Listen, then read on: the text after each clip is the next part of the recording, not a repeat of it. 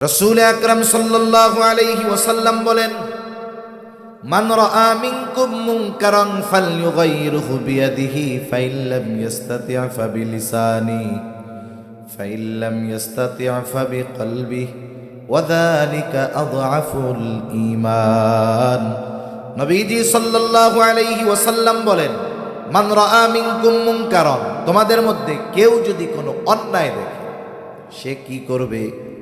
বলে ফালইয়ুগাইয়িরহু বিয়াদিহি, এই অন্যায়টাকে শুধু সে থামায় দিবে তা নয়, বরং এই অন্যায়টাকে সে ভালো কাজের দ্বারা পরিবর্তন করে দিবে।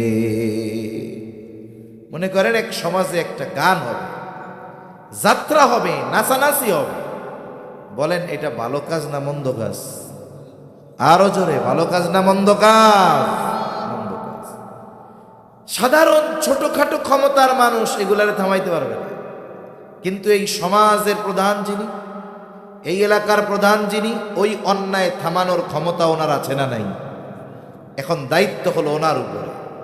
এই অন্যায় উনি শুধু থামাবেন তা নয়, এই অন্যায় যেন পুনরায় আবার গজিয়ে না উঠতে পারে, এজন্য ওর শিকড় থেকে উপড়ে ফেলতে হবে। ঠিক কিনা বলেন?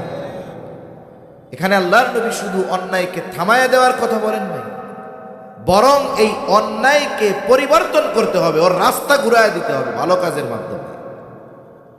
এজন্য নবীজি সাল্লাল্লাহু আলাইহি ওয়াসাল্লাম যখন একটা বিষয় হারাম হয়েছে ইসলামী শরীয়তে, এটা নবীজির মাধ্যমে হোক আর কোরআনুল কারীমের মাধ্যমে হোক, ওই মূল বস্তুটা হারাম করার সাথে সাথে ওই বস্তু সম্পৃক্ত যত বিষয় আছে সবগুলাকে ইসলাম নিষিদ্ধ করে দিয়েছে। এজন্য অন্যায় যার প্রতিহত করে ওই অন্যায়কে ভালো কাজের দ্বারা বদল করার ক্ষমতা আছে, সে ওটাকে পরিবর্তন করে ফেলবে। এখন এই ক্ষমতা যার নাই, সে কি করবে? বলে সে জবানের দ্বারা সেটার বিরোধিতা করবে। এখন জবান দ্বারা এই অন্যায়ের বিরোধিতা করার ক্ষমতা নাই। ফাইল্লাম ইয়াস্তাতি' ফাবিলিসানিহি ওয়া যালিকা আযআফুল ঈমান, বলে জবান দিয়ে প্রতিহত করার ক্ষমতা তার নাই, এইবার সে অন্তরে এটার বিরোধিতা করবে। ফাইল্লাম ইয়াস্তাতি' ফাবিকলবি, অন্তর দিয়ে এটার বিরোধিতা করবে, আর এটা হলো দুর্বল ঈমানের পরিচয়। তাহলে কোনো অন্যায় সংগঠিত হলে ক্ষমতা থাকলে ওটার শিকড় উপড়ে ফেলতে হবে। ওইটা যদি অসম্ভব হয় জবান দিয়ে বাধা দিতে হবে, এটাও যদি অসম্ভব হয় কমপক্ষে অন্তর দিয়ে ওই অন্যায়ের বিরোধিতা করতে হবে। আমরা ছোটবেলায় মক্তবে পড়েছি, এখন অনেক জায়গায় মক্তব নাই। ফজরের নামাজের পর স্কুলে যাওয়ার আগে আমাদের মক্তবে যাওয়া লাগতো। ফজরের নামাজ না পড়লেও মক্তবে যাওয়া বাধ্যতামূলক ছিল ছোটবেলায়। এই মক্তবে আমরা ছোটবেলায় যেগুলো পড়েছি এগুলো ছিল আমাদের জীবনের সবচাইতে গুরুত্বপূর্ণ পড়া। যদিও ওই সময় পড়েছি, মুখস্থ করেছি, অর্থ মুখস্থ করেছি, কিন্তু এটার গুরুত্ব আমরা অনুধাবন করতে পারি নাই। বুঝবার পরে অনেককে আল্লাহ তাআলা ওই পড়াগুলোর গুরুত্ব বুঝবার তৌফিক দিয়েছেন, আর কিছু মানুষের কপাল এত পড়া এখনো ওই পড়াগুলোর গুরুত্ব তারা বুঝতে পারে নাই। তা এই মক্তবে কায়দা পড়ুক, কোরআন শরীফ পড়ুক, কোরআন শরীফ পড়ুক, আর সিপারা আমপারা যা পড়ে পড়ুক, ছুটির আগে সবাইকে একসাথে বসায়া সূরা ফাতিহা, সূরা ইখলাস, ফালাক, নাস, কাউসার, সূরা আসর, ছোট ছোট সূরাগুলো নামাজে পড়ার জন্য মুখস্থ করাইতো। আত্তাহিয়াতু, দুরুদ শরীফ, দোয়া মাসুরা সহ কালিমাগুলো আমাদেরকে মুখস্থ করানো হইতো। কালেমায়ে তাইয়্যিবা মুখস্থ করানো হইতো, কালেমায়ে শাহাদাত মুখস্থ করানো হইতো অর্থ সহ। সাথে সাথে ইমানে মুজমাল, মুফাসসাল, এগুলো সব আমাদের মুখস্থ করানো হইতো। তা ওই সময় আমরা একটা কালিমা পড়তাম, আমানতু বিল্লাহি ওয়া মালাইকাতিহি ওয়া কুতুবিহি ওয়া রুসুলিহি ওয়াল ইয়াউমিল আখিরি ওয়াল কদরি খাইরিহি وشره من الله تعالى والبعث بعد الموت সবাই পারেন তো এটা নাকি? আরে ইনশাআল্লাহ তো মানে পারমু ভবিষ্যতে। কোন যে আলহামদুলিল্লাহ পারি। তো দুই একজনকে জিজ্ঞাসা করি কি গণ? আরে যারা পারেন তারা কইছেন করেন, আর যারা চিন্তা করতেছে হুজুর এটা কয় কি, পরীক্ষা দিতে বইছে এই জায়গায়, কিছু ওয়াজ করবো শুনবো যামুগা। তাহলে এইখানে 7টি কালিমা আছে, 7টি বাক্য আছে। এগুলো হলো ঈমানের ভিত্তি। কিসের ভিত্তি? জোরে বলেন। ইসলামের ভিত্তি 5টা। হাদিসের মধ্যে আসছে বুনিয়াল ইসলামু আলা খামস। ইসলামের ভিত্তি হলো 5টা, আর হাদিসের মধ্যে আসছে ঈমানের ভিত্তি হলো 6টা। তবে আমরা তো পড়েছি 7টা। এই জায়গায় 2 in 1, একের মধ্যে আছে 2টা। বলে কোন কোনটা? ওয়াল কাদরি খাইরিহি, এর আগে আছে ওয়াল ইয়াউমিল আখিরি, আর এর পরে আছে 7 নম্বরে ওয়াল বাসি বাদাল মাউত। এই ওয়াল ইয়াউমিল আখিরি আর ওয়াল বাসি বাদাল মাউত এটা হলো একের মধ্যে 2। এই 2টা মিলে একটা, আর বাকি 5টা। বলে এই হিসাবে ঈমানের ভিত্তি হলো 6টা। কয়টা? 6টা। তাহলে আমরা কি বলি? বলি আমানতু বিল্লাহ, ঈমান আনলাম আল্লাহর উপর, ওয়া মালাইকাতিহি, ফেরেশতাগণের উপর, ওয়া কুতুবিহি, কিতাব সমূহের উপর, ওয়া রুসুলিহি, রাসূলগণের উপর, ওয়াল ইয়াউমিল আখিরি, পরকালের উপর, ওয়াল কদরি খাইরিহি ওয়া শাররিহি মিনাল্লাহি তাআলা। ঈমান আনি যে তাকদীরের ভালো মন্দ সব যার তরফ থেকে হয় তিনি কে? এর মধ্যে একটা হলো ওয়াল ইয়াউমিল আখিরি, আমরা পরকালের উপরে ঈমান আনব। আমাদের মৃত্যু থেকে নিয়ে, প্রত্যেকটা ব্যক্তির মৃত্যু থেকে নিয়ে তার পরকাল শুরু। আবার এই পৃথিবীর থেকে আল্লাহ তাআলা এক সময় মানব জাতিকে উঠায় নিবেন, মানব বসতির ইতি ঘটবে। বলে ওটাকে বলা হয় কিয়ামত। শুরু হয়ে যাবে সিংগায় ফুৎকারের মাধ্যমে। তবে হাদিসের মধ্যে আসছে যে তোমরা বলো কিয়ামত কিয়ামত কিয়ামত, কখন হবে? বলে একটা মানুষের মৃত্যুর সাথে সাথেই তো তার কিয়ামত শুরু হয়ে যায়, এটা হলো ছোট কিয়ামত। আর ইসরাফিল আলাইহিস সালাতু ওয়াস সালামের সিংগায় ফুৎকারের মাধ্যমে শুরু হবে বড় কিয়ামত। ইসরাফিল আলাইহিস সালাম সিংগা ফুৎকার নিয়ে, সিংগা হাতে নিয়ে প্রস্তুত। আল্লাহ তাআলা নির্দেশ দিলেই তিনি ফুৎকার দিবেন, আকাশ জমিন সব তছনছ হয়ে যাবে। আল্লাহ তাআলা কোরআনুল কারীমের মধ্যে বলেন ওয়ানুফিখা ফিস সূরি ফাসাইকা মান ফিস সামাওয়াতি ওয়া মান ফিল আরদি ইল্লা মান শাআল্লাহ। আল্লাহ রাব্বুল আলামিন বলেন প্রথমবার সিংগায় ফুৎকার, এখানে উদ্দেশ্য যখন প্রথমবার সিংগায় ফুৎকার দেওয়া হবে, ফাসাইকা মান ফিস সামাওয়াতি ওয়া মান ফিল আরদ, আসমান আর জমিনের মাঝে যত প্রাণী আছে, যত প্রাণ আছে, প্রথমে এই সিংগায় ফুৎকারের আওয়াজে সব অজ্ঞান হয়ে যাবে। আল্লাহ তাআলা যা চান, যেগুলো চান সেগুলো ছাড়া। মুফাসসিরিনে কেরাম বলেন প্রথমে সিংগায় ফুৎকারে মানুষেরা সব অজ্ঞান হয়ে যাবে। ওই অজ্ঞান অবস্থায় সবার মৃত্যু ঘটবে।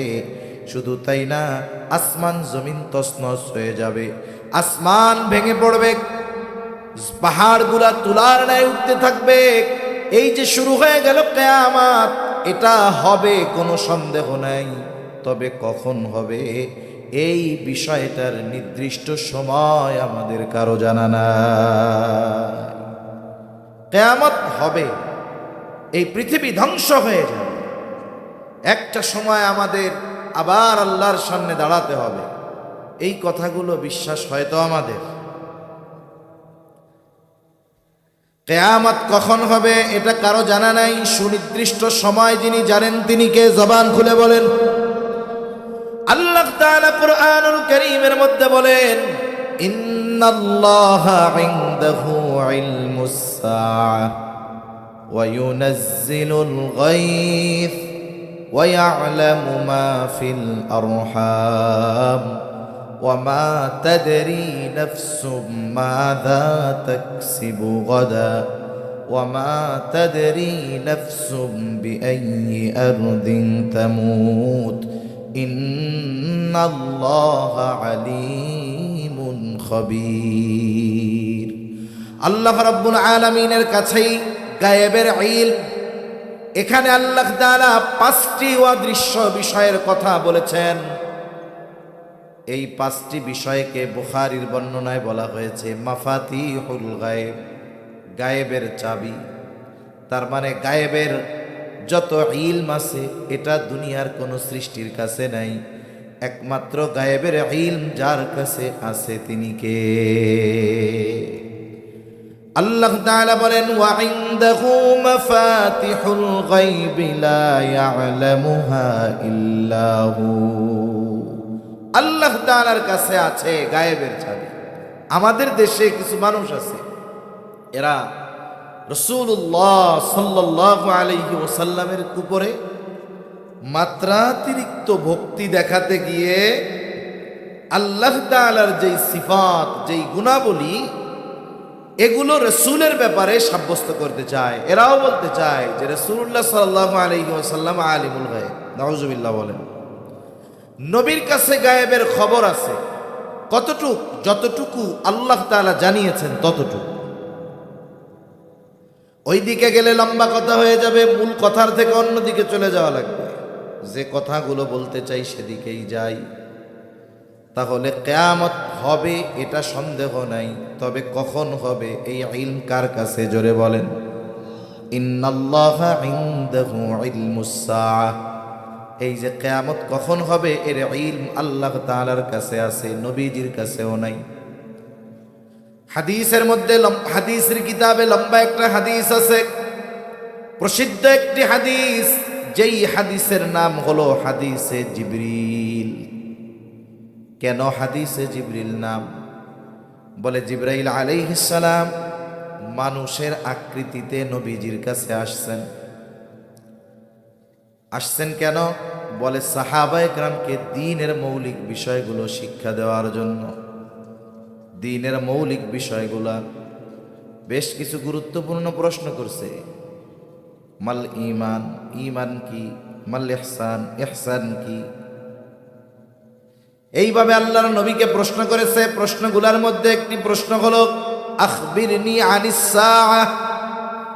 নবীজিকে জিবরাইল আলাইহিস সালাম জিজ্ঞাসা করে, আপনি আমাকে কিয়ামতের ব্যাপারে খবর দেন, কখন কিয়ামত হবে? নবীজি জবাবে বললেন, মাল মাসউলু আনহা বিআ'লামা মিনাস সাইল। এই বিষয়টা প্রশ্নকারীর চাইতে আমি ভালো জানি না। তার মানে কিয়ামত কখন হবে এটা আপনিও যেমন জানেন না, আমিও তেমন জানি না। তবে কখন হবে এটার তো সুনির্দিষ্ট সময়ে জানা যায় না, তবে এর কিছু আলামত আছে। এই জায়গায় নবীজিকে জিজ্ঞাসা করা হলো, তাইলে কিছু আলামত, নিদর্শন বলেন। নবীজি 1 নম্বরে এই হাদিসের মধ্যে বলছেন, আনতালিদাল আমাতু রাব্বাতাহা ওয়া আনতারাল হুফাতাল উরাতাল আল ওয়া আনতারাল হুফাতাল উরাতাল। নবীজি বলতেছেন প্রথমে যে রাসূলুল্লাহ সাল্লাল্লাহু আলাইহি ওয়াসাল্লাম বলতেছে যে দাসী তার মনিবকে জন্ম দিবে। কয় দাসী তার মনিবরে কেমনে জন্ম দেয়? বলে মা সন্তানকে পেটে ধারণ করবে, ওই সন্তানকে ভূমিষ্ঠ করবে। একটা সময় সন্তান বড় হবে, যতগুলো কারণ হতে পারে এর একটা।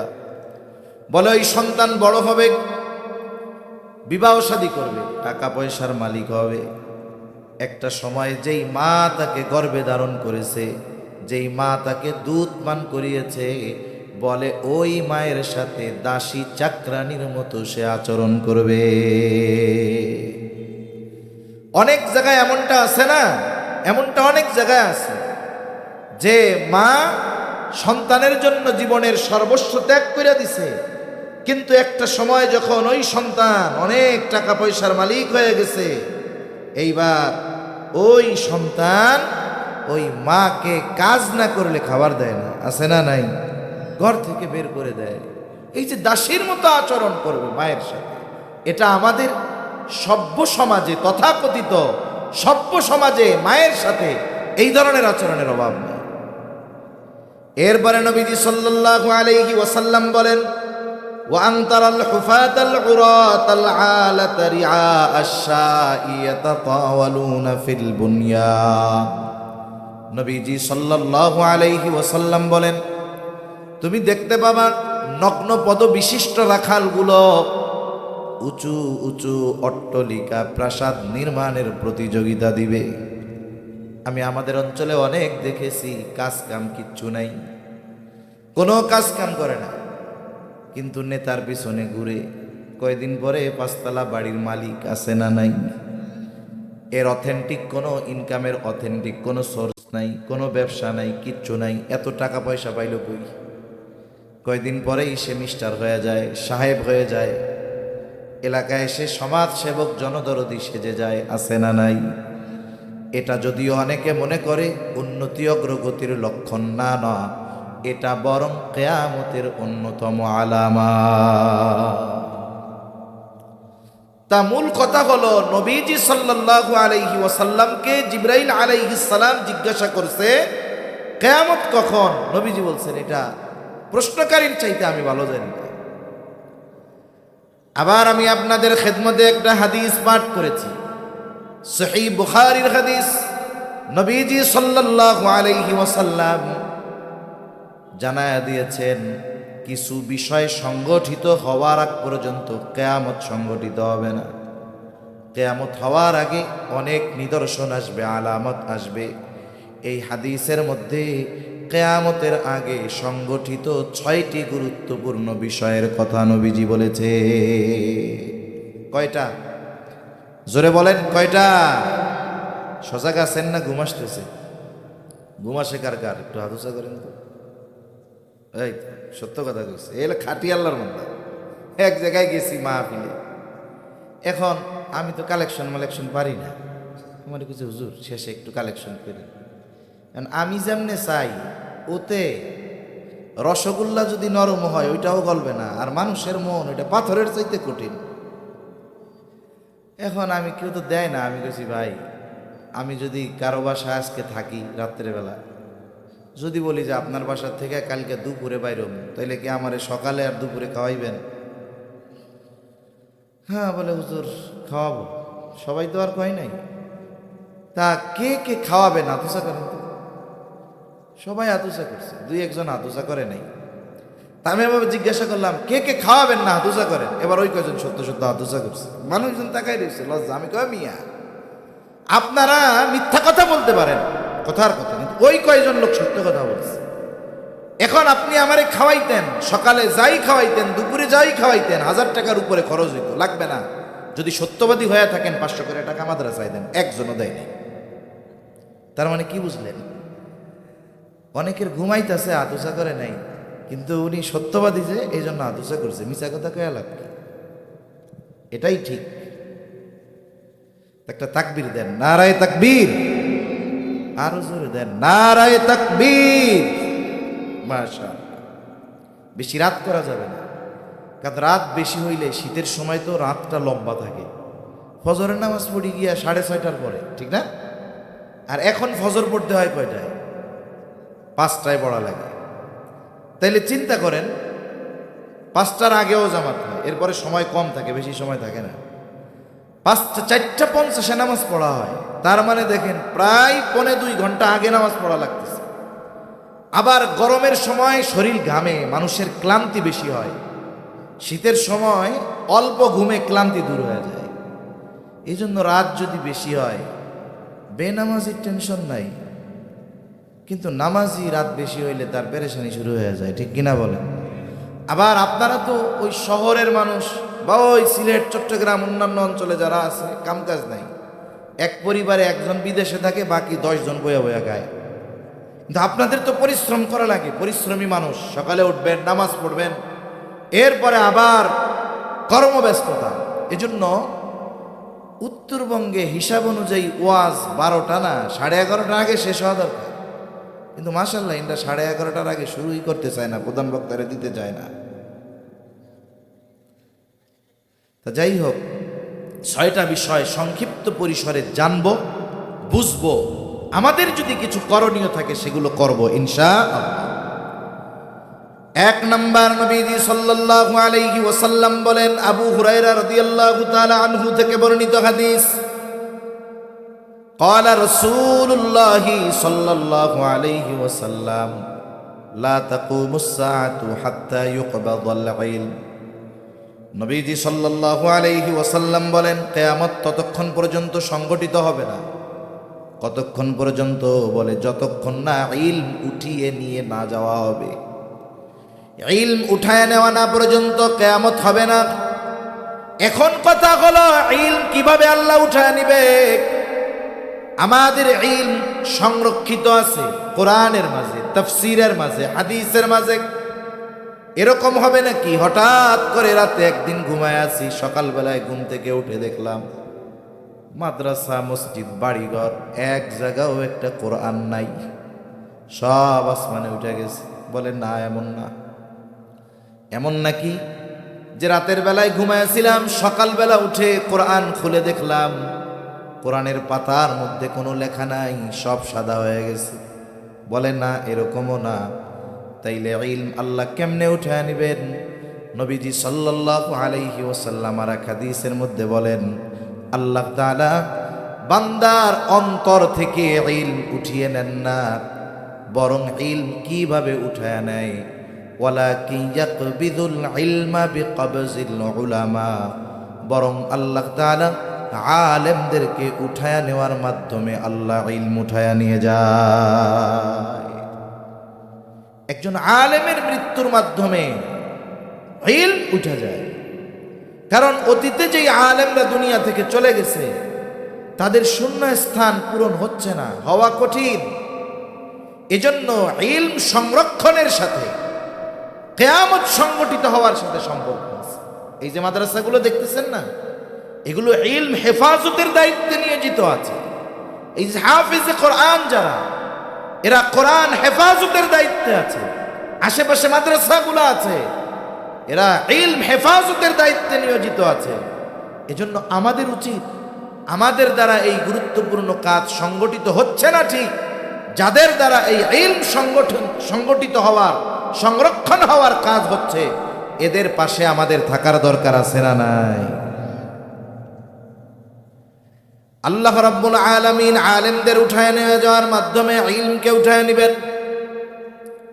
আসলে আমাদের দেশের মানুষ, আমরা কর্মব্যস্ত মানুষ, অধিকাংশ মানুষ নিজের জীবন যাপন, মৌলিক চাহিদা পূরণে ব্যস্ত।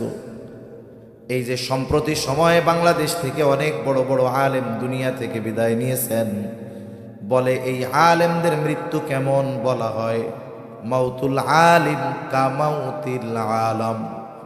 আলেমের মৃত্যু এটা হলো গোটা আলম তথা পৃথিবীর মৃত্যুর মতো। এজন্য এই মাদ্রাসাগুলোকে জারি রাখার ব্যবস্থা আমাদের করতে হবে। তাহলে 1 নাম্বার, ইলম আল্লাহ উঠায় নেবেন কিয়ামতের আগে। 2 নাম্বার, নবীজি সাল্লাল্লাহু আলাইহি ওয়াসাল্লাম বলেন, ওয়া তাকসুরুজ জালাজিল, জালজালা বেড়ে যাবে তথা ভূমিকম্প বেড়ে যাবে। কয়েকদিন আগে থাইল্যান্ড মায়ানমার সীমান্তে ভূমিকম্প হয়েছে, ধ্বংসস্তূপে এলাকা পরিণত হয়ে গেছে। বিশাল বিশাল অত্যাধুনিক ইমারতের মধ্যে ফাটল ধরে গেছে। এর কয়েক বছর আগে তুরস্কে ভূমিকম্প হয়েছে, হাজার হাজার মানুষ মারা গেছে। ভূতাত্ত্বিকরা বলতেছে সামনের সময় ভূমিকম্প আরও বাড়বে। বলে বাংলাদেশেও ছোটোখাটো ভূমিকম্প প্রতিনিয়ত হয়, কিন্তু বড় মাত্রার না হওয়ার কারণে ক্ষতি পরিলক্ষিত হয় না। কিন্তু আমরাও খুব রিস্কের মধ্যে আছি, ভূমিকম্প হতে পারে। ভূমিকম্প যদি হয় তাহলে ঢাকা শহরে লাশের স্তূপ পড়ে যাবে। এটা হলো যারা ভূতাত্ত্বিক জমিন নিয়ে গবেষণা করে তাদের কথা। কিন্তু ইমানদার প্রত্যেকটা সমস্যা এবং সমাধান এটা কোরআন সুন্নাহ থেকে খুঁজে। এটা তো লজিক বোঝা গেল, কিন্তু কোরআন সুন্নাহ এ ব্যাপারে কি বলে এটার দিকে আমাদের নজর দেওয়া দরকার। ভূমিকম্প কখন বেড়ে যায়? বলে যখন জমিনের উপরে পাপাচার অনাচার বেড়ে যায়। যখন জমিনে পাপ বাড়ে তখন ভূমিকম্প বেড়ে যায়। হাদিসের মধ্যে আসছে, নবীজি বলেন, যখন জমিনের উপরে কেউ পাপে লিপ্ত হয়, জমিনের উপরে কেউ পাপ করে, তখন জমিন আল্লাহ তাআলার কাছে বলে, আল্লাহ আপনি অনুমতি দেন আমি তারে গ্রাস কইরা নেই। কিন্তু আল্লাহ তাআলা অনুমতি দেন না। তবে মাঝে মধ্যে আমাদের অপরাধের কারণে, পাপের কারণে মাঝে মধ্যে কিছু শাস্তি আমাদের আস্বাদন করায়। দুই ধরনের বিষয় আমাদের উপরে আসে। কিছু মুসিবত আসে, এটা জমিন কেন্দ্রিক হয়। জমিন কেন্দ্রিক মুসিবত অনেক ধরনের হতে পারে। মনে করেন খরা, অতি খরা, একেবারে খরা না হওয়া, অতিবৃষ্টি, অনাবৃষ্টি, সবই ক্ষতিকর, ঠিক কিনা বলেন? যদি রোজ জন্মের হওয়া হয় তাও ফসল হবে না, আবার যদি একেবারে না হয় তাও হবে না। বৃষ্টি না হইলে ফসল ভালো হয় না, আবার যদি ধুমসে হয় বন্যা হয়ে যায়। আল্লাহ রাব্বুল আলামিন জমিন কেন্দ্রিক কিছু মুসিবত দেন, আর জল কেন্দ্রিক, পানি কেন্দ্রিক কিছু মুসিবত দেন। টর্নেডো, জলোচ্ছ্বাস, সিডর, আইলা, লাইলা হয় কি হয় না? এগুলো কেন হয়? আল্লাহ তাআলা বলেন, যহরাল ফাসাদু ফিল বাররি ওয়াল বাহরি বিমা কাসাবাত আইদিন নাস। নবী আল্লাহ রাব্বুল আলামিন বলেন, জল স্থলে যত বিপর্যয়, এগুলো মানুষের হাতের কামাই। কাদের হাতের কামাই? জোরে বলেন কোন? আমাদের। কাদের হাতের কামাই? আমাদের হাতের কামাই। এই জন্য পাপ যত বাড়বে, মুসিবত তত বাড়বে। আল্লাহর কসম, প্রযুক্তি দিয়া এই মুসিবতকে কখনো দমায়া রাখা যাবে না। এই জন্য যদি মুসিবত কমাতে হয়, নিজেরাও পাপ ছাড়তে হবে। পাপ যদি কেউ করে থামাতে হবে, ঠিক কিনা বল? প্রত্যেকটা জিনিস মাপার একটা মেশিন আছে না? এই যে পানি মাপার পাত্র আছে, কিছু হলো লিটারে পরিমাপ করে, কিছু হলো কেজিতে পরিমাপ করে। কাপড়, এটা গজ ফিতা দিয়া পরিমাপ করে। তেল, এটা লিটারে পরিমাপ করে। এরকম পরিমাপের যন্ত্র আছে। বাতাস মাপারও যন্ত্র আছে, ব্যারোমিটার। ঈমান মাপারও কিছু সূত্র আছে, যে আমাদের ঈমানের অবস্থা কি এটা মাপারও হাদিস আছে। রাসূল আকরাম সাল্লাল্লাহু আলাইহি ওয়াসাল্লাম বলেন, মান রাআ মিনকুম মুনকারান ফালইউগাইরহু বিয়াদিহি ফাইল্লাম ইস্তাতি' ফাবিলিসানি ফাইল্লাম ইস্তাতি' ফাবিকলবিহি ওয়াযালিকা আযআফুল ঈমান। নবীজি সাল্লাল্লাহু আলাইহি ওয়াসাল্লাম বলেন, মান রাআ মিনকুম মুনকারান, তোমাদের মধ্যে কেউ যদি কোনো অন্যায় দেখে, সে কি করবে? বলে ফালইউগাইরহু বিয়াদিহি, এই অন্যায়টাকে শুধু সে থামায় দিবে তা নয়, বরং এই অন্যায়টাকে সে ভালো কাজের দ্বারা পরিবর্তন করে দিবে। মনে করেন এক সমাজে একটা গান হবে, যাত্রা হবে, নাচানাচি হবে। বলেন এটা ভালো কাজ না মন্দ কাজ? আরো জোরে, ভালো কাজ না মন্দ কাজ? মন্দ কাজ। সাধারণ ছোটখাটো ক্ষমতার মানুষ এগুলারে থামাইতে পারবে না, কিন্তু এই সমাজের প্রধান যিনি, এই এলাকার প্রধান যিনি, ওই অন্যায় থামানোর ক্ষমতা ওনার আছে না নাই? এখন দায়িত্ব হলো ওনার উপরে। এই অন্যায় উনি শুধু থামাবেন তা নয়, এই অন্যায় যেন পুনরায় আবার গজিয়ে না উঠতে পারে, এজন্য ওর শিকড় থেকে উপড়ে ফেলতে হবে, ঠিক কিনা বলেন? এখানে আল্লাহর নবী শুধু অন্যায়কে থামায়া দেওয়ার কথা বলেন নাই, বরং এই অন্যায়কে পরিবর্তন করতে হবে, ওর রাস্তা ঘুরায় দিতে হবে ভালো কাজের মাধ্যমে। এজন্য নবীজি সাল্লাল্লাহু আলাইহি ওয়াসাল্লাম যখন একটা বিষয় হারাম হয়েছে ইসলামী শরীয়তে, এটা নবীজির মাধ্যমে হোক আর কোরআনুল কারীমের মাধ্যমে হোক, ওই মূল বস্তুটা হারাম করার সাথে সাথে ওই বস্তু সম্পৃক্ত যত বিষয় আছে সবগুলাকে ইসলাম নিষিদ্ধ করে দিয়েছে। এজন্য অন্যায় যার প্রতিহত করে ওই অন্যায়কে ভালো কাজের দ্বারা বদল করার ক্ষমতা আছে, সে ওটাকে পরিবর্তন করে ফেলবে।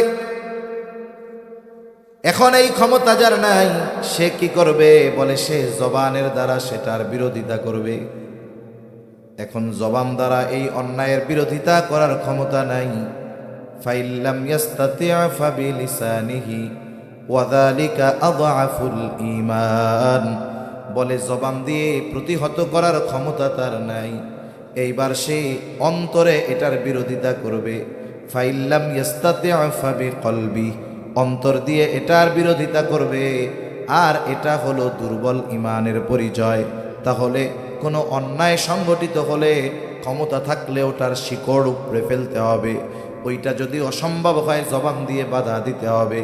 এটাও যদি অসম্ভব হয় কমপক্ষে অন্তর দিয়ে ওই অন্যায়ের বিরোধিতা করতে হবে। এটা হলো দুর্বল ঈমানের পরিচয়। এখন অন্যায় দেখে যদি আমার অন্তরে রক্তক্ষরণ না হয়, আমার অন্তরের মধ্যে যদি এই চিন্তা না হয় আরে এটা তো মন্দ কাজ, তাহলে মনে রাখবেন যার হবে না তার ঈমানের সমস্যা আছে। ঠিক কিনা বলেন?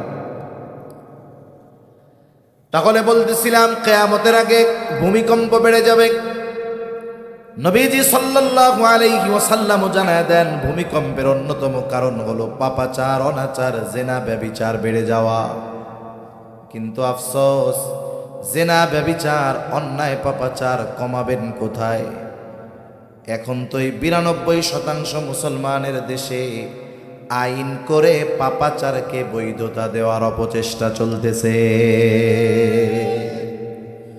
আইন করে পাপাচারের পথ সহজ করে দেওয়ার অপচেষ্টা চলতেছে। আজকেও ঢাকার সোহরাওয়ার্দী উদ্যানে হেফাজতে ইসলাম বাংলাদেশের উদ্যোগে ঐতিহাসিক এক মহাসমাবেশ হয়েছে। যে উদ্দেশ্যগুলো নিয়ে হয়েছে এর মধ্যে একটা হলো নারী সংস্কার কমিশন। নারী আইনের কিছু পরিবর্তন তারা আনতে চায়। এই সংস্কার কমিশন প্রধান উপদেষ্টার কাছে প্রতিবেদন জমা দিয়েছে। সাধারণ মানুষ এদের ষড়যন্ত্র চক্রান্ত বুঝতে পারবে না। এমন সূক্ষ্মভাবে ইসলামকে তুচ্ছ-তাচ্ছিল্য করে কোরআন সুন্নাহ বিরোধী আইন বাস্তবায়নের যে অপচেষ্টা তারা করছে, উলামায়ে কেরামের চোখে ধরা পড়ছে। এখন প্রতিবাদ করা ছাড়া পথ নাই। ঠিক কিনা বলেন? কারণ আমরা মানুষকে আল্লাহর জন্য ভালোবাসি, ওই মানুষকেই আবার আল্লাহর জন্য দুশমন বানাতে প্রকৃত ঈমানদার কখনো পিছপা হয় না। ঠিক কিনা বলেন? ইসলামে শিক্ষা দিয়েছে। ইসলাম যেমন একজন কাফের যখন তরবারির নিচে ঈমান আনার ঘোষণা দিছে, তরবারি ফেলে সাহাবায়ে কেরাম তারে বুকে জড়ায় নিছে। আবার যখন নিজের বাবা ইসলামের বিরুদ্ধে গিয়েছে, সন্তান বাবার গলায় ছুরি চালাতে, তরবারি চালাতে দ্বিধাদ্বন্দ্বের মধ্যে পড়ে নাই ইসলামের জন্য। ঠিক কিনা বলেন? এজন্য মনে রাখতে হবে, আমরা যাদেরকে ভালোবাসি আল্লাহর জন্য, তারা যদি এমন কিছু করে যাতে আল্লাহ বেজার হবে, তাহলে তাদের সাথে আমরা দুশ্মনী করতে আল্লাহর জন্য এক পাও পিছু হটব না ইনশাআল্লাহ। এখানে অনেকগুলো ধারা আছে যেগুলো লম্বা বলার মতো সময় নেই।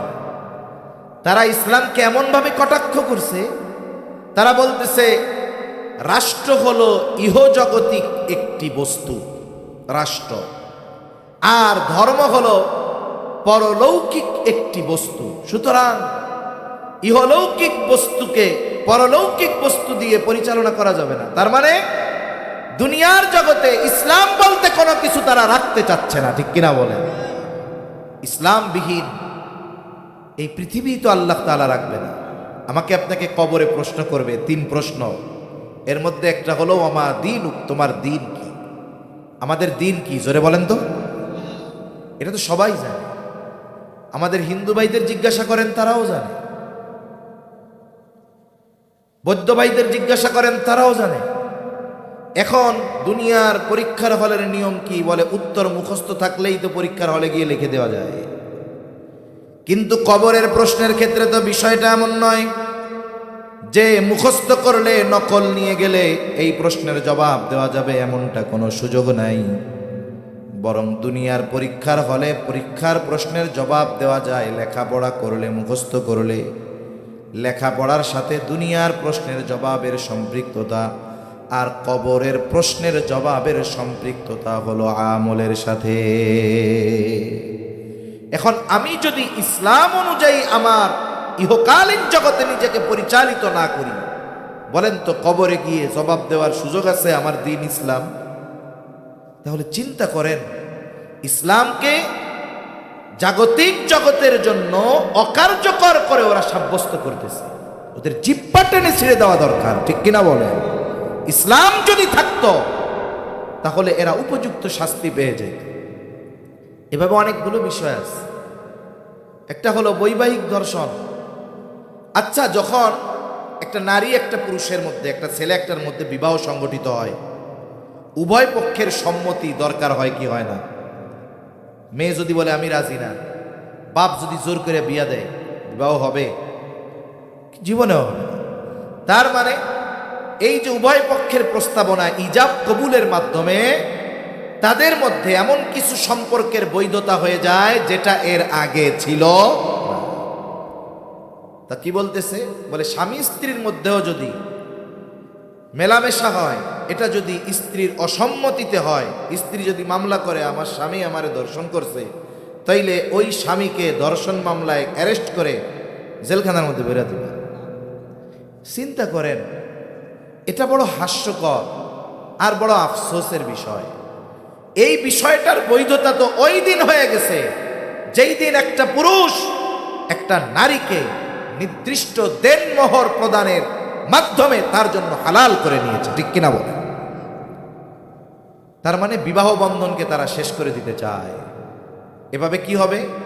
পারিবারিক বন্ধন নষ্ট হয়ে যাবে, এভাবে পারিবারিক চেন নষ্ট হয়ে যাবে, পারিবারিক শান্তি বিনষ্ট হবে, সংসার ধ্বংস হয়ে যাবে। এমনিতেই তো এখন বিবাহ বিচ্ছেদ খুব বেশি, ওই সময় আরো বাড়বে। স্বামী স্ত্রীর একটু মনোমালিন্যতা হলেই স্ত্রী গিয়া মামলা ঢুকাইয়া দেবে। এখন মনে করেন উনি যে এই মামলায় আসলে দোষী না, এই নির্দোষ প্রমাণিত হইতে হইতেই তো ওনার জীবন শেষ, ঠিক কিনা বলেন? এক গল্প কই আপনি। এক বাগানে ঢুকছে পুলিশ। কি ঢুকছে? জোরে বলেন না, ঢুকছে কি? পুলিশ। এখন এই পুলিশরে দেখা শিয়ালে দৌড়াইতেছে। গল্প তো গল্পই, শিক্ষণীয় বিষয়টা কি? এখন শিয়াল দৌড় শুরু করছে, মধ্যে দেখা হইছে একটা প্রাণীর সাথে। এইভাবে দৌড়াইতে দেখা শিয়ালরে জিজ্ঞাসা করে, এমনে জান প্রাণ দিয়ে দৌড়াইতেছিস কেন? বাগানে পুলিশ ঢুকছে। পুলিশ ঢুকছে, তুমি চুরি করছো, ডাকাতি করছো, অন্যায় করছো? বলে না, কিছুই তো করি নাই। তাই তুমি পলাইতেছো কেন? কারে ধরার জন্য ঢুকছে? গন্ডার রে ধরবে। শিয়াল আর গন্ডার এই দুইটা সাইজই তো এক না। 1000 শিয়ালের ওজনের সমান একটা গন্ডার হবে, তা ধরবে গন্ডার রে। তুই বলাস কেন? ভাই গন্ডার রে না পাইয়া যদি আমারে ধরে, আমি যে গন্ডার না, আমি যে শিয়াল, এইটা প্রমাণ করতে করতেই তো হায়াত শেষ হয়ে যাবে, ঠিক কিনা বলে? যে ব্যবস্থা আমাদের দেশে বিচার ব্যবস্থা, আপনি যে নির্দোষ এটা প্রমাণ করতে করতেই কাঁচা চুল পেকে যাবে, টান টান চামড়া ঘুষায়া যাবে। এজন্য পারিবারিক বন্ধন নষ্ট হয়ে যায়। আবার কি করতেছে? পতিতাবৃত্তিকে শ্রমের মর্যাদা দেওয়ার জন্য বলতেছে। একটা হলো জঘন্য হারাম কাজ, জমিনে যখন এটা সংগঠিত হয়, জমিন আল্লাহর কাছে বলে আল্লাহ নির্দেশ দেন গ্রাস করে নেই, এমন এক অভিশপ্ত পাপ, এটাকে শ্রমের মর্যাদা তথা বৈধতা দেওয়ার জন্য তারা বলতেছে। তার মানে চিন্তা করে দেখছেন, এটা কি নারীর জন্য সম্মানকর নাকি অপমানকর বলেন তো? আমাদের দেশের হাজারে একজন নারীও এটা চায় না, এটা আমরা জানি।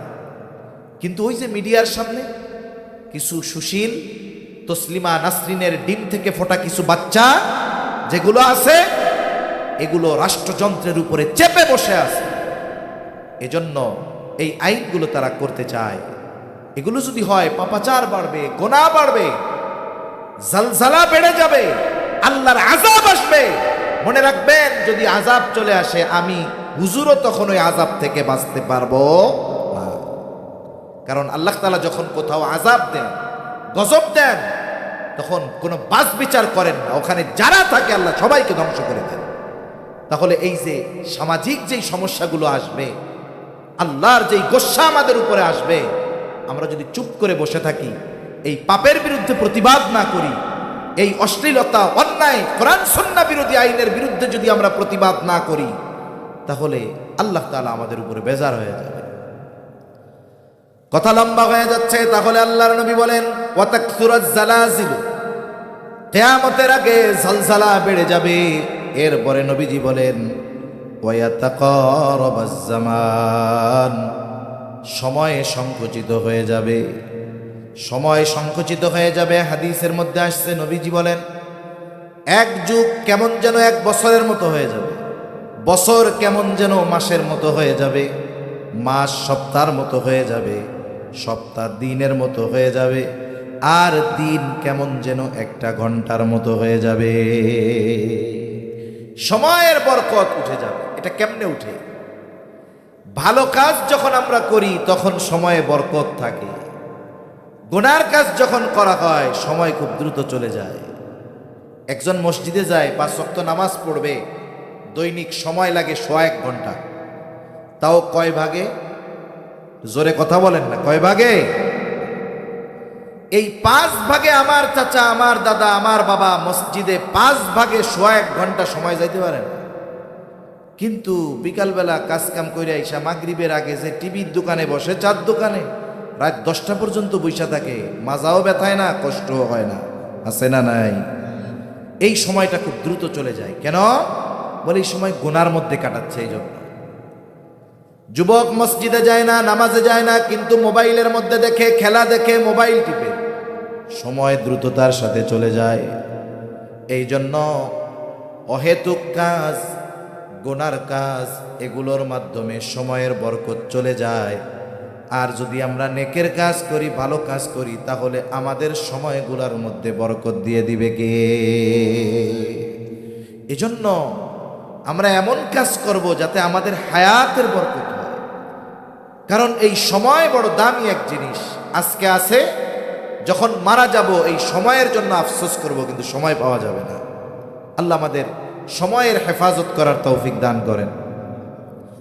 এরপরে নবীজি বলেন ওয়ায়াদহারাল ফিতান, ফিতনা প্রকাশ পাবে, একের পর এক কিয়ামতের আগে ফিতনা আসতে থাকবে। নবীজি বলেন তসবির দানা ছিঁড়ে গেলে যেমন একটার পর একটা পড়তে থাকে, এই উম্মতের উপরে একের পর এক এইরকম ফিতনা আসতে থাকবে। কিয়ামতের আগে এই উম্মতের জন্য সবচাইতে কঠিন আর বড় ফিতনা হবে দাজ্জালের ফিতনা। কঠিন ফিতনা, এর চাইতে বড় ফিতনা আর কিছু হবে না। নবীজি সাল্লাল্লাহু আলাইহি ওয়াসাল্লাম এই ফিতনা থেকে যেন আমরা বাঁচতে পারি, এই আমলও আমাদের শিখায়া দিয়েছেন। নবীজি সাল্লাল্লাহু আলাইহি ওয়াসাল্লাম বলেন জুমার দিন সূরা কাহাফ, কমপক্ষে সূরা কাহাফের প্রথম 10 আয়াত যারা তিলাওয়াত করবে, নবীজি সাল্লাল্লাহু আলাইহি ওয়াসাল্লাম বলেন আল্লাহ তাআলা তাদেরকে দাজ্জালের ফিতনা থেকে হেফাজত করবে। উলামায়ে কেরাম বলেন যে এই সূরা কাহাফ তিলাওয়াতের মাধ্যমে যেহেতু সবচাইতে বড় ফিতনা থেকে আল্লাহ হেফাজত করবে, তাহলে দাজ্জাল আসার আগেও, দাজ্জাল আসার প্রস্তুতি হিসাবে যেই ফিতনাগুলো সমাজে আসবে, আল্লাহ তাআলা বান্দাদেরকে ওই ফিতনাগুলো থেকেও হেফাজত করবে। কারণ একটা জিনিস হুট করে চলে আসবে না, এটা আসার জন্য আগে অবস্থা, পরিবেশ, পরিস্থিতি তৈরি হবে, এরপরে দাজ্জাল আসবে। এজন্য আখিরি জামানায় বিভিন্ন রকমের ফিতনা আসবে। ফিতনা থেকে যদি বাঁচতে হয় আমরা এই আমল করব তো ইনশাআল্লাহ। আল্লাহ তৌফিক দান করেন। এরপরে নবীজি সাল্লাল্লাহু আলাইহি ওয়াসাল্লাম বলেন ওয়ায়াকসুরাল হারজ, হত্যাকাণ্ড বেড়ে যাবে, হত্যাকাণ্ড। সাহাবা একরাম বলে, ইয়া রাসূলুল্লাহ, আমরা তো প্রতি বছর অনেক মুশরিকদেরকে হত্যা করি যুদ্ধের ময়দানে, জিহাদের ময়দানে। নবীজি বললেন, না, হারজ দ্বারা এই হত্যাকাণ্ড উদ্দেশ্য নয়, বরং হারজ দ্বারা উদ্দেশ্য হলো পরস্পর তথা নিজেরা নিজেদের মধ্যে হত্যাকাণ্ড শুরু করে দিবে। আর এক হাদিসে নবীজি বলেন, ভাই ভাতিজারে হত্যা করবে, এক ভাই আর এক ভাইরে হত্যা করবে, চাচাতো ভাইরে হত্যা করবে। তার মানে মুসলমানেরা নিজেরা নিজেদের মধ্যে হত্যাকাণ্ড বাড়ায় দিবে। আমাদের দেশে যত হত্যাকাণ্ড সংগঠিত হয়, এই যে জুলাই মাসে, জুলাই অভ্যুত্থানে যত মানুষ মারা গেছে, অধিকাংশ মুসলমানকে মেরেছে, ঠিক কিনা বলেন? নিজেদের মধ্যে নিজেদের হত্যাকাণ্ড বেড়ে যাবে। এখন তো অনেক জায়গায় বাবাকে সন্তানেরা সম্পদের জন্য মেরে ফেলে। এই কয়েকদিন আগে দেখলাম এক নামাজি সন্তান সেজদা দিতে দিতে কপালে দাগ হয়ে গেছে। দুই ভাই মিলে বৃদ্ধ বাবারে এমন ভাবে লাথি মারতেছে, রক্তাক্ত বাবা, ওই বাবার রক্ত নামাজি ছেলের গায়ে জামায় লেগে আছে। চিন্তা করে দেখেন, ছেলের মধ্যে কোনো অনুশোচনা নাই। মা সন্তানকে মেরে ফেলতেছে, স্বামী স্ত্রীকে মারতেছে, স্ত্রী স্বামীকে মারতেছে, ঠিক কিনা? এই যে আমাদের কেরানীগঞ্জে ঘটছে কয়েকদিন আগে, একটা লাশ পাওয়া গেছে। 999 ফোন দিছে, এমন জায়গায় একটা বস্তার মধ্যে থেকে রক্ত বের হচ্ছে। পুলিশ আইসা কইলা দেখে খণ্ডিত লাশ, কয়েক টুকরা করা, পুরাটাই জায়গা নাই। ক্লু পায় না, কিভাবে পাওয়া যায়? আমাদের দেশের প্রশাসন এরা যদি খোদা ভীরু হয়ে যায়, মুত্তাকি হয়ে যায়, এ দেশের 90% অপরাধ দমন করা সম্ভব। কিভাবে বের করে? লাশের আশেপাশে ক্লু খুঁজতেছে, পাইছে কি? পাইয়া দেখে যে একটা মোবাইল কার্ড রিচার্জ করা, যেই কোম্পানির কার্ড, সেই কোম্পানির সাথে প্রশাসন যোগাযোগ করছে, কোন নম্বরে এটা রিচার্জ হয়েছে, ওই নম্বরে। এবার এটারে ট্র্যাকিং করছে, ট্র্যাকিং করে এরে ধরছে। অনেক সময় আছে না, অনেকে সন্দেহের উপরে মাইরা দেয়, কিন্তু লাইগা যায়, বুঝেন নাই? কয় জড়ে বক পড়ছে, ফকিরের কেরামতি বাড়ছে, কয় না এরকম, এরকম কয়, অনেক সময় এরকম হয়। এক তুলার গুড়াউনে তুলা চুরি হয়েছে। কি চুরি হয়েছে? তুলা। এখন তুলা চোররে আর ধরা যাইতেছে না। কাজীর কাছে বিচার গেছে যে কি ব্যাপার, এই তুলা চুরি হয়েছে, এটার তো আমরা পাই না, একটু চোর ধরিয়া দেন। তা কাজী বলতেছে যে কারা চুরি করছে তোমার কোনো সন্দেহ হয়? বলে না। তাইলে কোন মানুষগুলোর মধ্যে থাকতে পারে? তা ও বলল যে আমার এরিয়ার মধ্যে এই মানুষগুলোই ছিল, কেউ যায়ও নাই, কেউ আসেও নাই, সবাই এক জায়গায় পড়ে, কিছু বলার দরকার নেই। এখন সবার সামনে উনি বৈশা হঠাৎ করে কইতেছে, আরে তুলাচোর তো আমি ধরে ফেলছি। আর এক দিক তাকাইয়া বাপ ধরে আর কি, ওই যে তুলাচুরের মাথায় তুলা লেগে রয়েছে। এখন বলেন তো, যে চুরি করে নাই সে কি মাথায় হাত দিব? কথা কয় না। যেটা চুরি করছে মাথা নিচে আছে নাকি কিছু, ধর ওইটা। আসলে চোরকে উনি তো ধরতে পারে নাই, কিন্তু ওই যে টোপ মারছে, টোপে পা দিয়ে দিছে। এবার ফোন দিয়ে ওরে ধরে একটু জেরাজেই করছে, ও বলছে হ্যাঁ আমি হত্যা করছি। এইটারে শুধু হত্যা করছে তা না, বাসার মধ্যে ওয়াইফ, একটা বাচ্চা, এই দুইটারে হত্যা করছে। এখন ওই বাসার সাথেই আর একজন মহিলা ভাড়া থাকে, এই মহিলা এবার এই হত্যা করতে দেখে ফেলছে। এবার ওই মহিলারে ধরেও হত্যা করছে। ঠান্ডা মাথায় দরজার কেয়া বাহিরে গিয়ে ছুরি টুরি এনে এদেরকে টুকরা টুকরা করে এরপরে লাশগুলো ছিন্ন বিচ্ছিন্ন করে রাখছে। 3টা মানুষ হত্যা করে ফেলছে। আপনার সামনে যদি তার ছবি দেওয়া হয়, আপনি বলবেন এ লোকের দ্বারা এ কাজ সম্ভব না। তাহলে কি হবে? বলে হত্যাকাণ্ড বেড়ে যাবে, পরস্পর হত্যা হবে।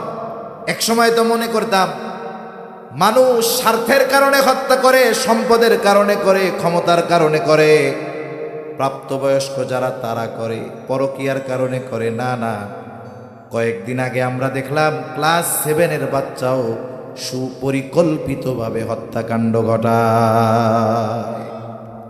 চট্টগ্রামে ঘটছে, ক্লাস 7-এ পড়ে বাচ্চা, 12-13 বছর বয়স, তার মানে নাবালক স্বাভাবিকভাবে স্কুলে একসাথে পড়লে, মাদ্রাসায় একসাথে পড়লে কিছু সময় কিছু বিষয় নিয়ে মনোমালিন্যতা হতেই পারে। এই দুই বাচ্চার মধ্যে হয়তো টেবিলে বসা নিয়ে একটু দ্বন্দ্ব, এক বাচ্চার মা আইসা এটারে নিরসন করে দিছে, শেষ। কিন্তু আরেকজন মনের মধ্যে এটার ক্ষোভ পয়সা রাখছে, অন্যান্য বন্ধুদের নিয়ে প্ল্যানিং করছে ওরে আর বাসায় রাখা যাবে না। মারবে কেন? টেবিলে একটু বসা নিয়ে দ্বন্দ্ব, এটা নিয়ে। এবার ওরে খেলার নামে নিয়ে যায়া কর্ণফুলী নদীতে সুবাইয়া, কি সুন্দর মাসুম বাচ্চা, 12 বছর বয়স, সুবাইয়া মেরে ফেলছে। তাই একটু চিন্তা করেন, এই ছোট ছোট বাচ্চারা হত্যাকাণ্ডের দিকে অগ্রসর হচ্ছে। এই যে নাটোর জেলা, নাটোরে বেশ কয়েক বছর আগে একটা হত্যাকাণ্ড ঘটছে। ছোট বাচ্চা হত্যা কইরা বাথরুমের সেফটি ট্যাঙ্কের মধ্যে লাশ ফেলায় রাখছে। ছোট মানুষ তো ওই দিক দিয়ে আমাদের মধ্যে ঘুরে ঘুরে ধরা খেয়ে গেছে। জিজ্ঞাসা করছে এটা কেমনে করছো? ওরা বলে আমরা ইন্ডিয়ান সিনেমা না নাটক দেখে আমরা এটা শিখছি, ওই রকম করছি। ব্যাংক ডাকাতি করেছে, ধরা খাইছে। কোন জায়গার থেকে শিখছস? কয় ইন্ডিয়ান একটা চ্যানেলে অনুষ্ঠান দেখায় ক্রাইম পেট্রোল, কয় এইটা দেখে দেখে আমরা শিখছি। তার মানে কি বলতেছেন? সন্তানের হাতে বিনোদনের নামে, আনন্দের নামে, খেলাধুলার নামে আমার আপনার সন্তানের নৈতিকতা, চরিত্র সব কিছু ধ্বংস করে দেওয়ার খেলায় ওরা মেতে উঠছে, ঠিক কিনা বলেন? এজন্য আমাদের সতর্ক থাকা দরকার। এজন্য নবীজি সাল্লাল্লাহু আলাইহি ওয়াসাল্লাম বলেন, হত্যাকাণ্ড এমন ভাবে হবে যাকে হত্যা করা হবে সে জানবে না কেন আমাকে হত্যা করা হলো, যারা হত্যা করবে তারাও জানবে না কেন হত্যা করলাম। এই ধরনের হত্যাকাণ্ড এখন সমাজের মধ্যে আছে না নাই? 6 নম্বর, নবীজি সাল্লাল্লাহু আলাইহি ওয়াসাল্লাম বলেন, মানুষের মাল ধন সম্পদ এত পরিমাণ বেড়ে যাবে যে সেটা উপচায়া পড়বে। আসলে মানুষ আগে যেরকম অভাবী ছিল এখন ওইরকম অভাব নাই। কিয়ামতের নিকটবর্তী সময় এমন একটা অবস্থা হবে, এক হাদিসে নবীজি বলেন কিয়ামতের আগে মানুষের সম্পদ এত পরিমাণ বাড়বে যে মানুষ যাকাত দেওয়ার জন্য, সাদকা দেওয়ার জন্য লোক খুঁজে পাবে না। এই সময়টাও হয়তো চলে আসবে। এগুলো কিয়ামতের আগে সংগঠিত হবে। এজন্য আমরা মাদ্রাসাগুলো হেফাজতের দিকে খেয়াল করব। আমরা গুনাহ থেকে বাঁচার চেষ্টা করব। আমাদের সন্তানগুলোকে দ্বীনি পরিবেশে আনবো, না হলে এই সমাজ অশান্ত হয়ে যাবে। আস্তে আস্তে কিয়ামত যত নিকটবর্তী হবে, ফিতনা ফাসাদ এগুলো তত বাড়তে থাকবে। এজন্য কিয়ামত ত্বরান্বিত হবে আমাদের কর্মের মাধ্যমে, ঠিক কিনা বলেন? এজন্য আমাদের পরিশুদ্ধ হওয়ার দরকার আছে না নাই? কেউ যদি আমাদেরকে মুসিবতে ফেলতে চায় তাদের বিরুদ্ধে প্রতিবাদ গড়ে তোলার দরকার আছে না নাই? এই বিষয়গুলো আমরা খেয়াল রাখবো। আল্লাহ বুঝবার তৌফিক দান করেন, বলি আমিন। আলহামদুলিল্লাহি রাব্বিল আলামিন ওয়াল আকিবাতু লিল মুত্তাকিন, আসসালাতু ওয়াসসালামু আলা খায়রি খালকিহি মুহাম্মাদিন ওয়া আলা আলিহি ওয়া আসহাবিহি আজমাইন। ربنا ظلمنا أنفسنا وإن لم تغفر لنا وترحمنا لنكونن من الخاسرين. ربنا آتنا في الدنيا حسنة وفي الآخرة حسنة وقنا عذاب النار.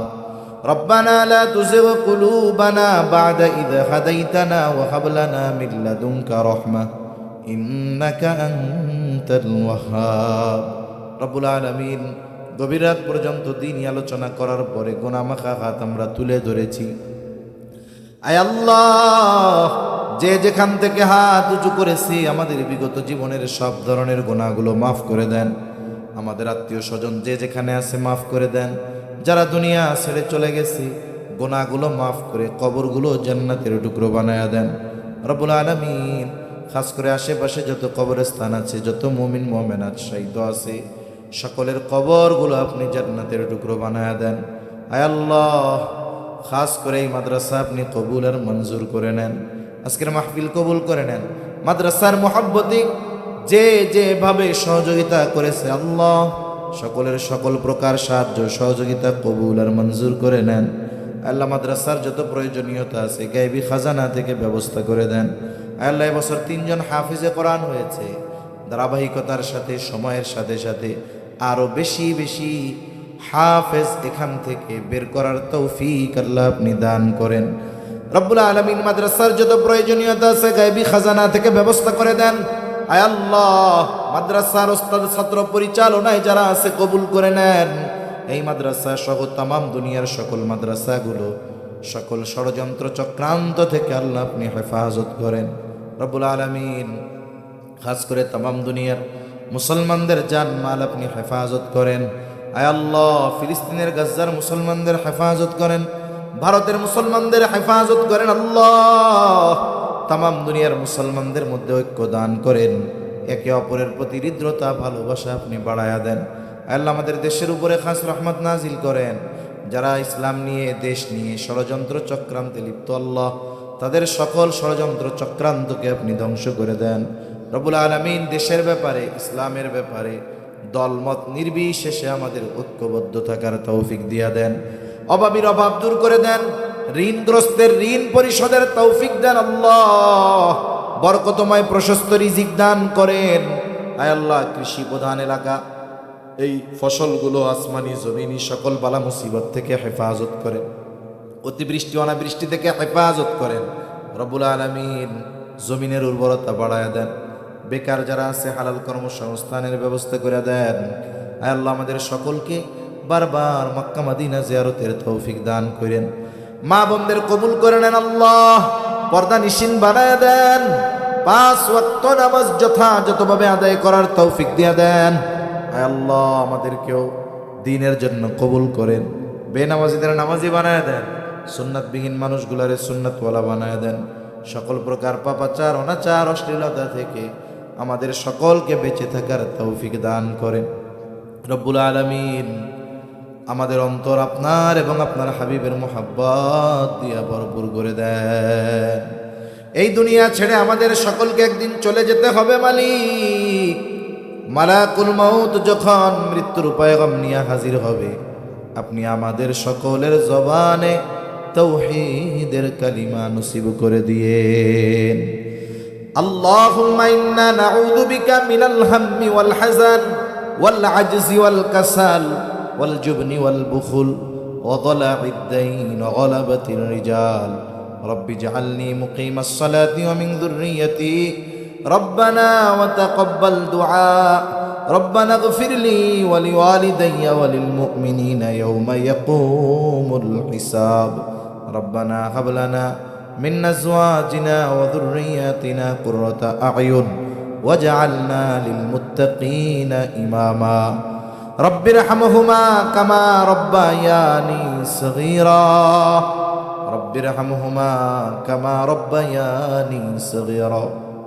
সাল্লাল্লাহু তাআলা আলা খায়রি খালকিহি মুহাম্মাদিন ওয়া আলা আলিহি ওয়া আসহাবিহি আজমাইন। আমিন বিরহমাতিকা ইয়া আরহামার রাহিমিন।